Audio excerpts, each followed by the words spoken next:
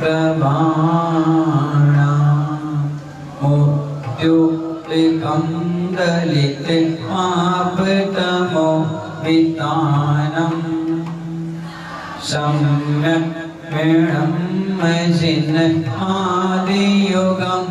युगादा वालम्बनं भवजले पतितां जनानां वालम्बनं भवजले पतितां जनानां वालम्बनं भवजले पतितां जनानां। 9 बार नमकार मत पढ़ लीजिए।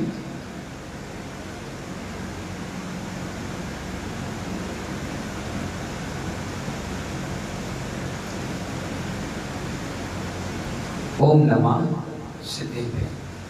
महानुभाव, आज हम सभी लोग 5वें नंबर का काव्य पढ़ेंगे, भक्तामर स्तोत्र का। कौन से नंबर का?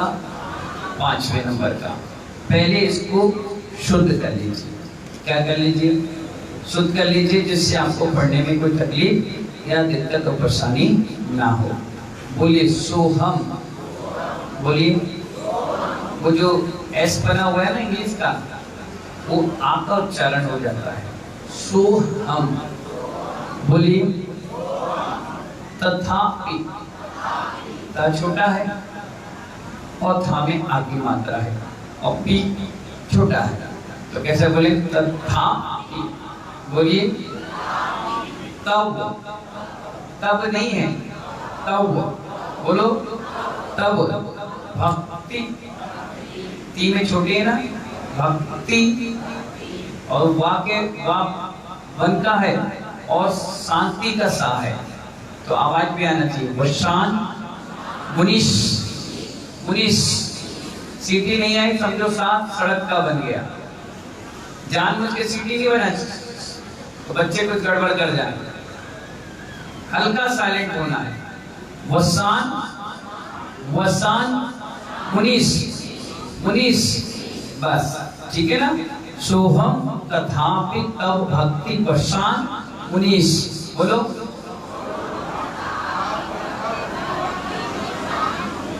बहुत बढ़िया। नीचे पढ़िए। कर्तुम।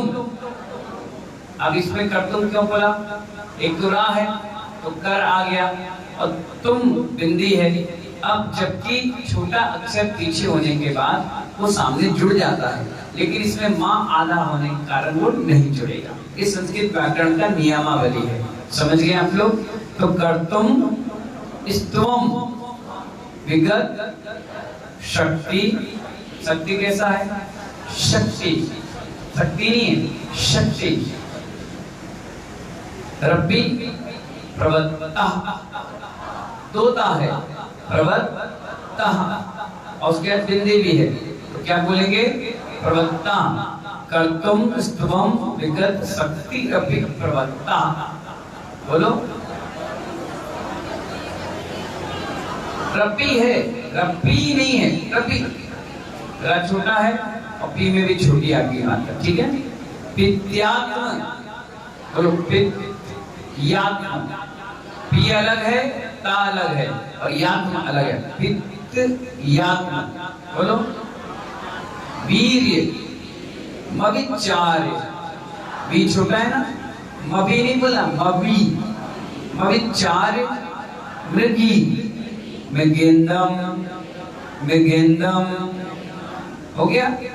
मैं पढ़ रहा हूं फिर आपको उच्चारण कर रहा हूं। पित्यात वीर मविचार मृगी मृगेंदम। बोलो। ना एति, ना एति, भेती नहीं है, नाप ये पी, या है ना, छोटी है तो क्या बोलोगे?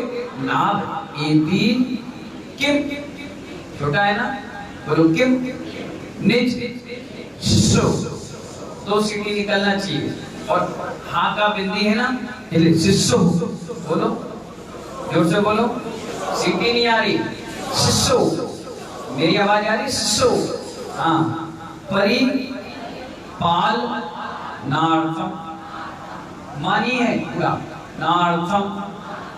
थम बोलोगे तो अपने आप मुंह से मां निकल जाएगा। बोलो नार्थम नाभ एति किम निज शिशु परिपालनार्थम। बोलो। अब मैं एक बार पढ़ रहा हूं और आपको रिपीट करना है एक एक लाइन, ठीक है? सोहम तथापि तव भक्तिवसान मुनीश,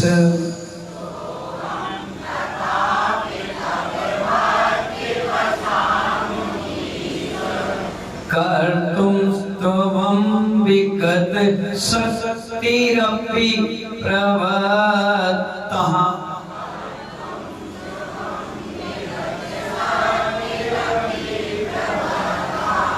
विद्यात्मवीरमविचारि मृगी मृगेन्द्रम्।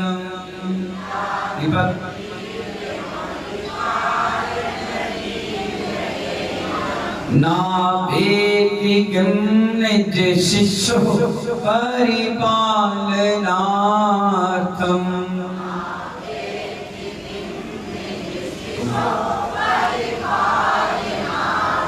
चलिए अब मैं शुरुआत करूंगा, सभी लेडीज को पढ़ना, जेंट्स चुपचाप सुनेंगे, ठीक है?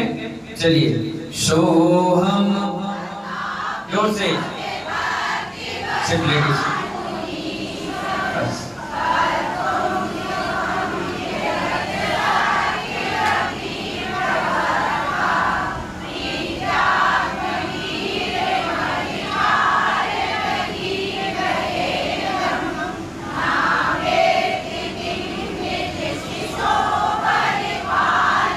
सुंदर पढ़ा आपने, ताली बजा लो, बहुत बढ़िया। अब जेंट्स पढ़ेंगे सभी लोग। शुरुआत कर रहा हूं मैं, जोर से पढ़िए। सोहम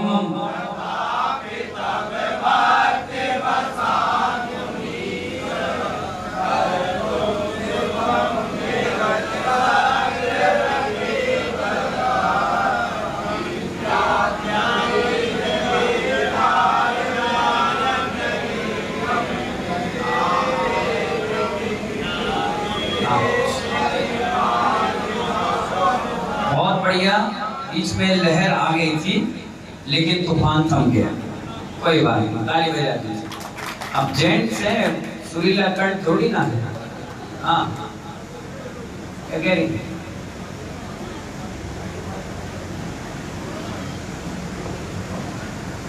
नमोस्तु गुरुदेव। जैसे मणि पहले छंद में मणि मणिप हो गया था, तो इसमें रफी रफिक क्यों नहीं हुआ? कहाँ पे?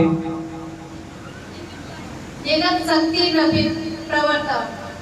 विगत शक्ति रफी प्रवर्तक। हाँ, इसमें ता है ना?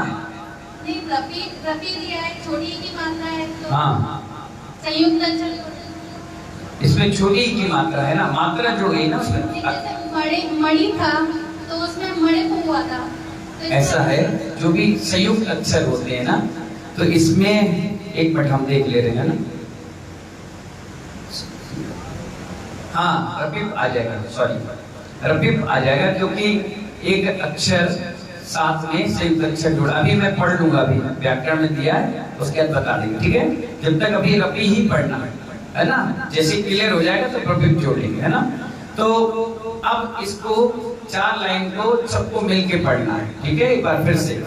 सोहम तथापि तव भक्तिरपि, एक बार सॉरी, सोहम तथापि तव भक्तिवसान मुनीश। पढ़ो, सब मिलके पढ़िए।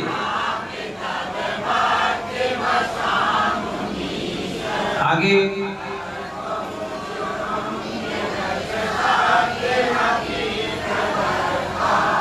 विद्यात्म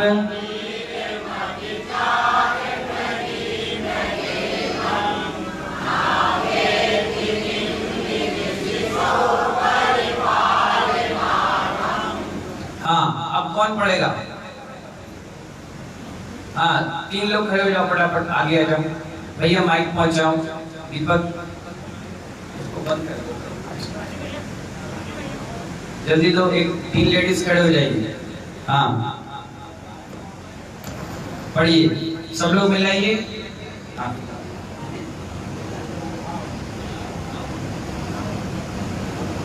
हाँ, एक एक करके, एक एक कोई भी ले लो भाई। हाँ।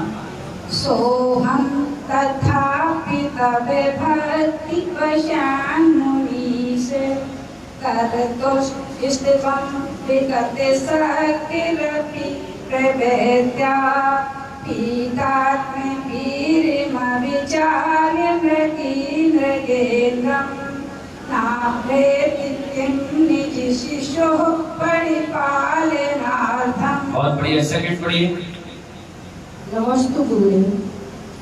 सोहम तथापि तव भक्ति वशात् मुनीश कर्तुं स्त्वं विगते शक्तिरपि प्रवक्ता प्रीत्यात्मवीर्यमविचार्य मृगेन्द्रं नाभेति किं निज शिशोः परिपालनार्थम्। हाँ, अगला।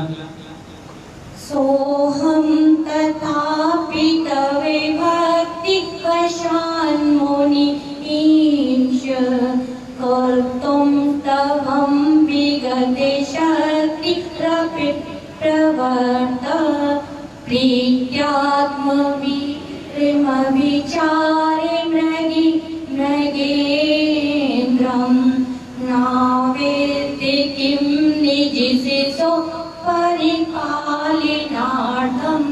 बहुत बढ़िया। अब अगला जेंट्स के नंबर 3, जेंट्स कोई भी आ जाओ, जिसने अभी तक नहीं पढ़ा है, मौका नहीं मिला है या मिल भी गया, पढ़ लो, कोई बात नहीं, पढ़ो, चालू करो भैया। सोहम तथापि तव भक्ति वसान मुनीश कर्तुं सृष्टवं विगत शक्तिरपि प्रवृत्ता प्रीत्यात्म वीर्यमविचार्य मृगेन्द्रं नाभेति किं निज शिशोः परिपालनार्थम्। धीरे धीरे घसट घसट के गाड़ी पहुंच गई। जोरदार ताली बजाओ भैया। हाँ।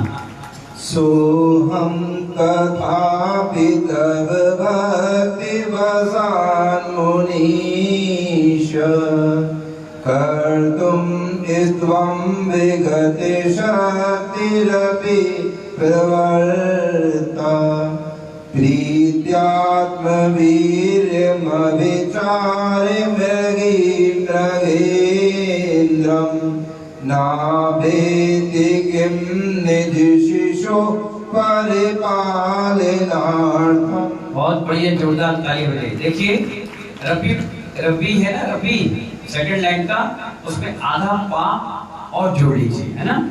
रबी प्रवक्ता, मैंने अभी उसके अक्षर जोड़े तो उसमें एक अक्षर आ जाएगा, ठीक है ना। हाँ बढ़िए भाई। सोहम तथापि तव भक्ति वशान् मुनीश कर्तुं स्तवं विगत शक्तिरपि प्रवक्ता प्रीत्यात्मवीर्यमविचार्य मृगेन्द्रं नावेत्ति किं निज शिशोः परिपालनार्थम्। बहुत बढ़िया, जोरदार तालियां बजाइए। हाँ, सेकंड लाइन में रबी लिखा है, रबी, तो उसमें पा जोड़ेगा, रबी। क्या कह रही, माइक का आएंगे, माइक दो।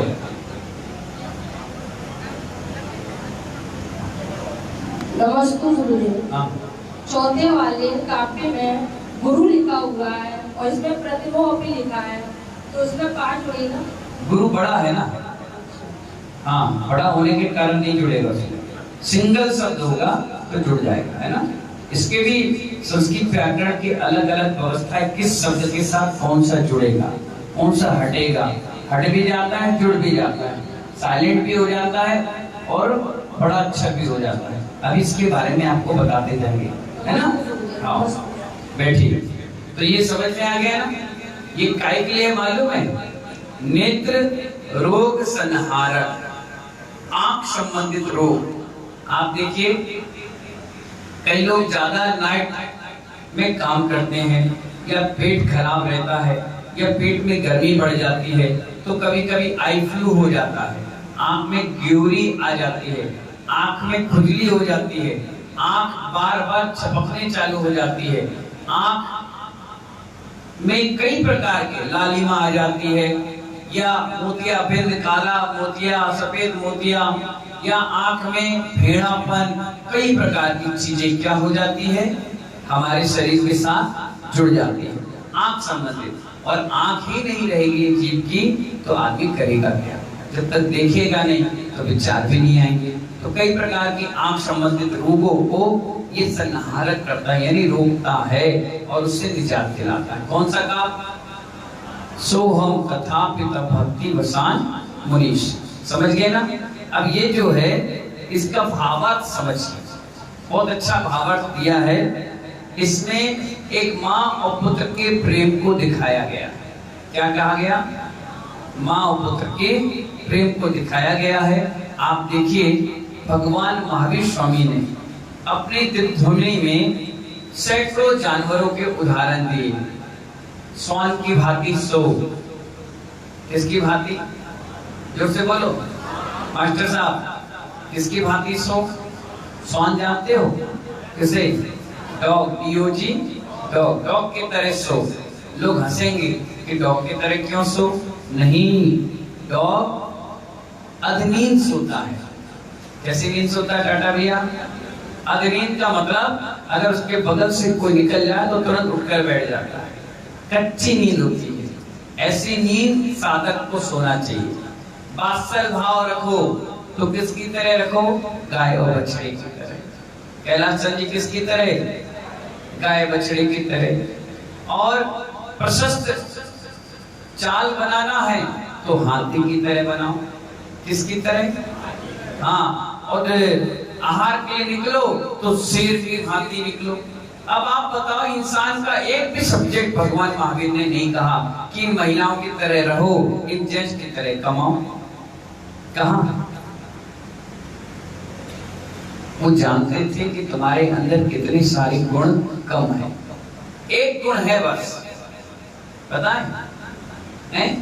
सिर्फ दूसरे की बुराई करना। एक एक गुण है तुम्हारे अंदर।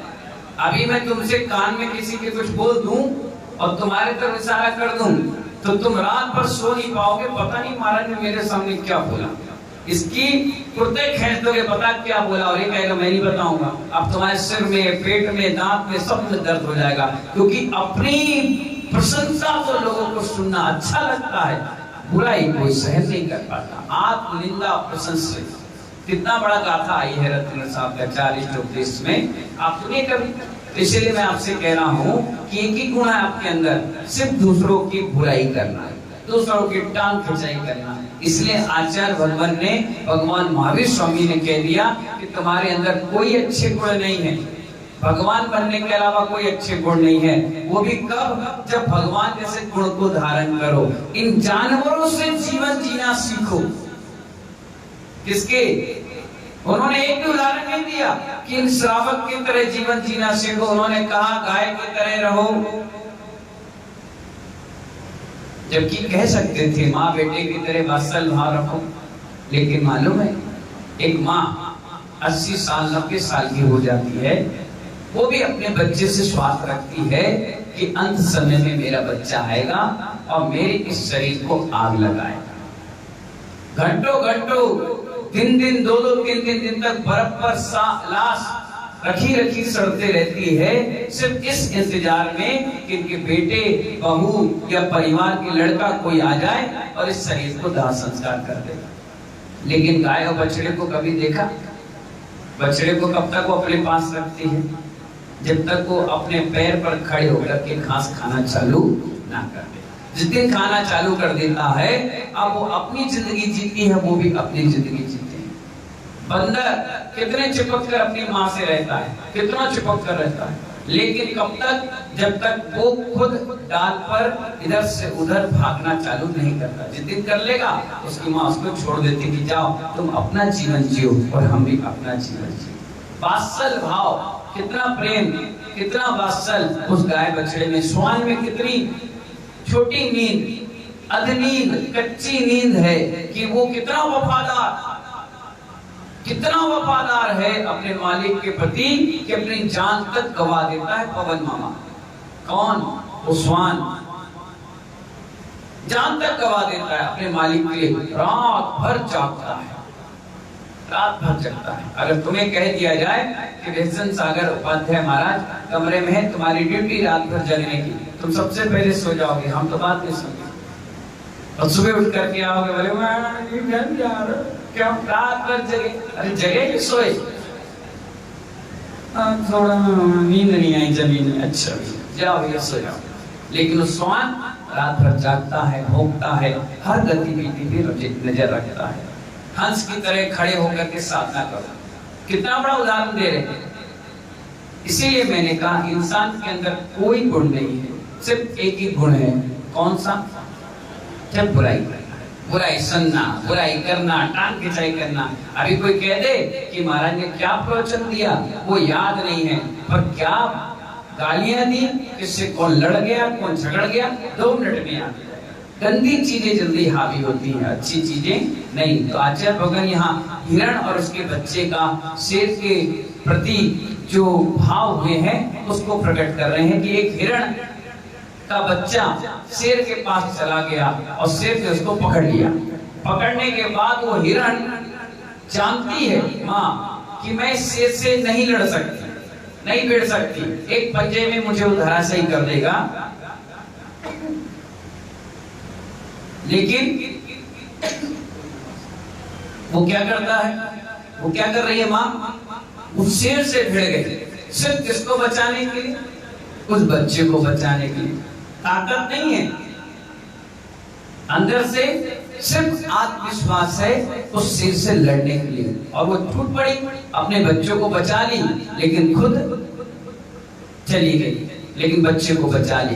तो इसी प्रकार आचार्य भगवान इस 4 पंक्तियों में कह रहे हैं, सोहम तथापि भक्ति वसात मुनि से कह रहे हैं कि हे भगवान, हम आपकी भक्ति उस शेरनी की तरह, उस हिरणी की तरह कर रहे हैं जिसके पास अल्प शक्ति है, लेकिन वो शेर से भिड़ गई।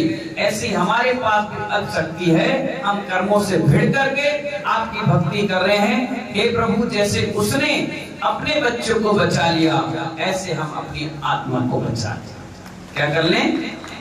इसीलिए आचार्य कह रहे हैं, जिस प्रकार कमजोर हिरणी पुत्र स्नेह के कारण अपने शिशु को बचाने के लिए शक्ति का ख्याल न रखते हुए शेर से लड़ जाती है, उसी प्रकार मैं भी शक्ति रहित होते हुए भी आपकी क्या कर रहा हूँ?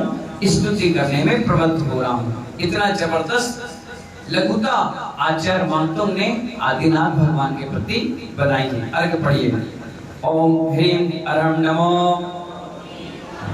अनंतो ही ज्ञानम रिद्धि सहित श्री आदिनाथ जनेन्द्राय अर्घम निर्वपामिते।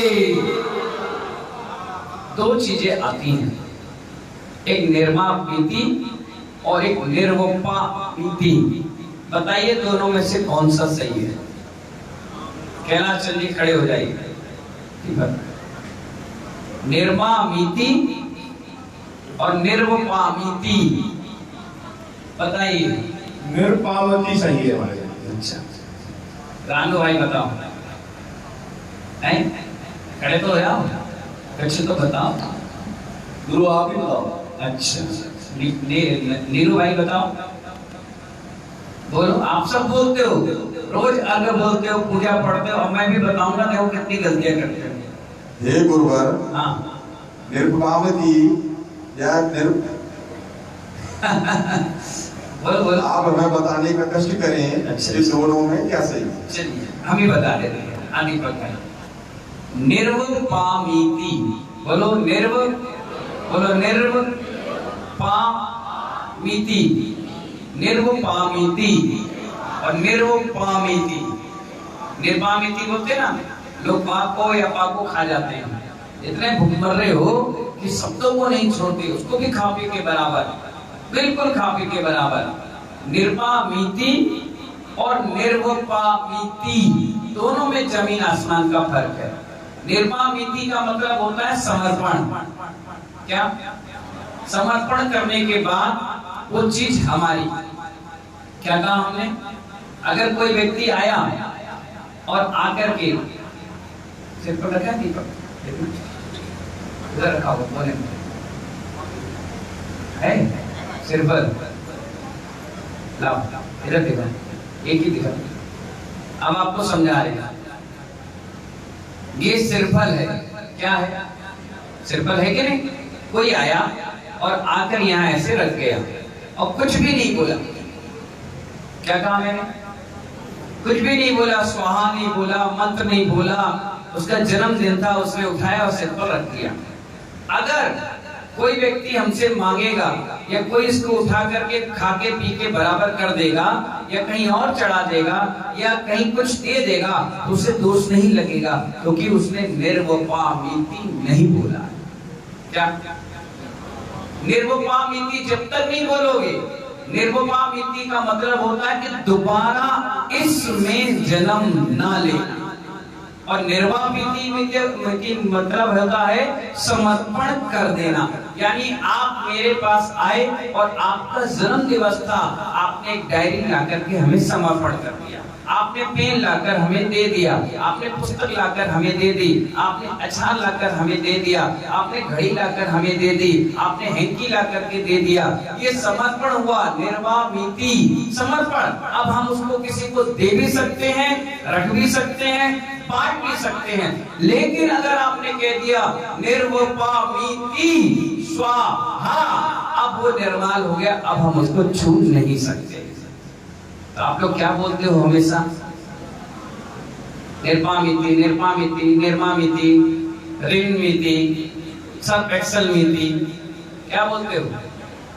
अभी माइक दे रहा, पूछना बहुत है, होशियार है यहाँ की महिला, देना माइक, ये रजियार वाली अम्मा को देना। बोलो बोलो, जीतू की अम्मा खड़े हो जाओ। निर्पामिति। देखो पीछे देना गोलू की अम्मा को।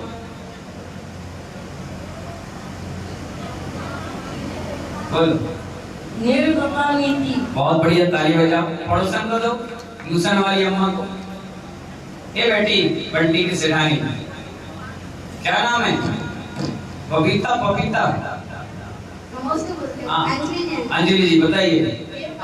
फिर गलत, बगल में तो चश्मा वाली, बोलो। अरे भैया हो गया, धन्यवाद तुम्हारा। सामने दो, संध्या को दो, बोलो। हाँ निर्वपामिति। गलत, बगल में दो, सीखो यही। हाँ हो गया, काम खत्म तुम्हारा, हो गया, वैलिडिटी खत्म। बगल में दो। कितनी गलतियां पढ़ते हो तुम, सोचो। निर्वपामिति। निर्वपामिति अलग अलग सब्जेक्ट कर लो, एक माला आज किसी की फेरना, करते आपसे गलती होगी नहीं। बोलो निर्वपामिति, निर्वपामिति, निर्वपामिति।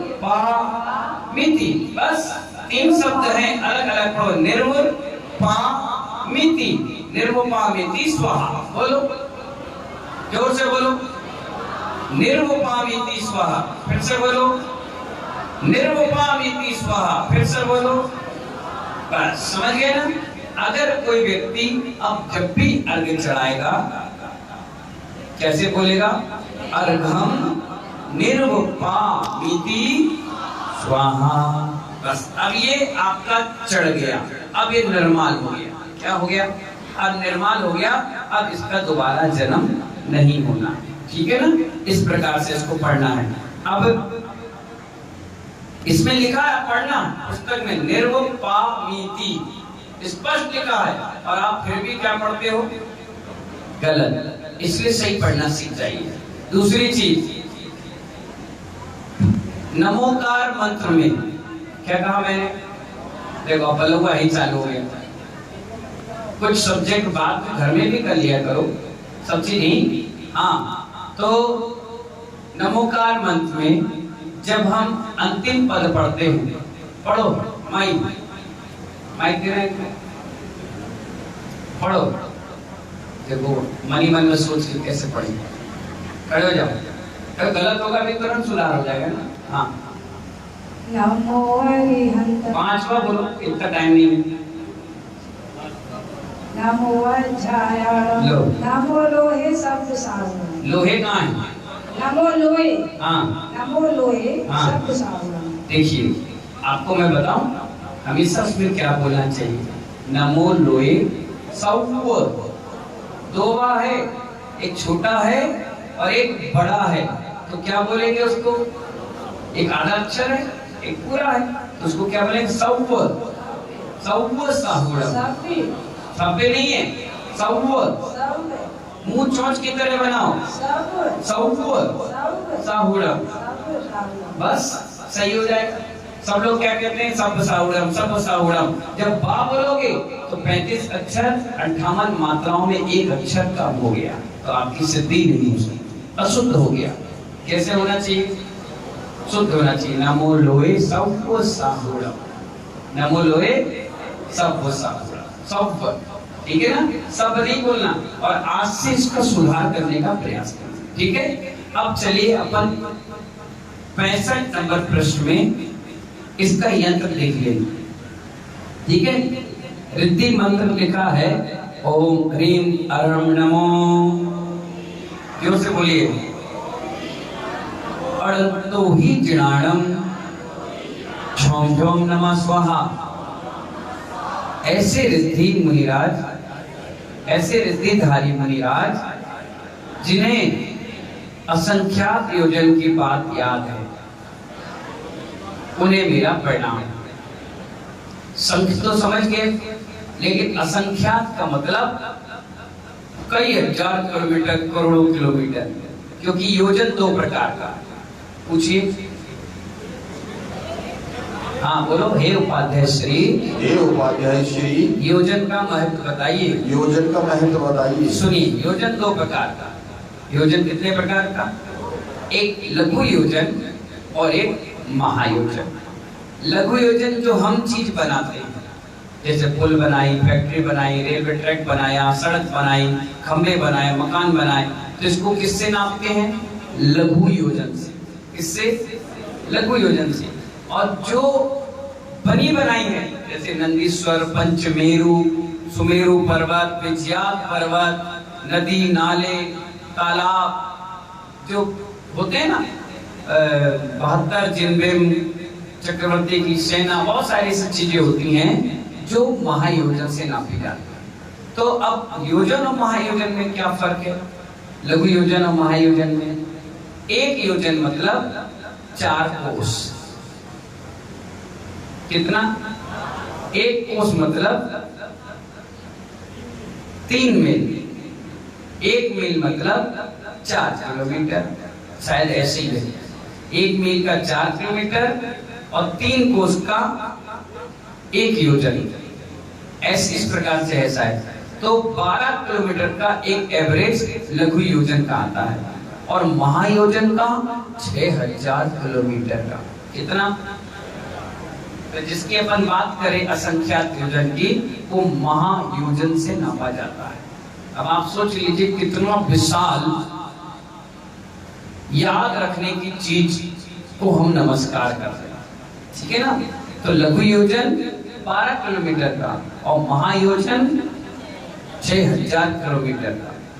और मेरू पर्वत की ऊंचाई 1,40,000 है, तो एक योजन 6000 किलोमीटर का। उसको अपन ने तो नहीं बनाया, पहले से बनाया है, इसलिए 6000 किलोमीटर का। अब आप कभी कैलकुलेशन करना कि कितना विशाल तो सुमेरु पर्वत होता है।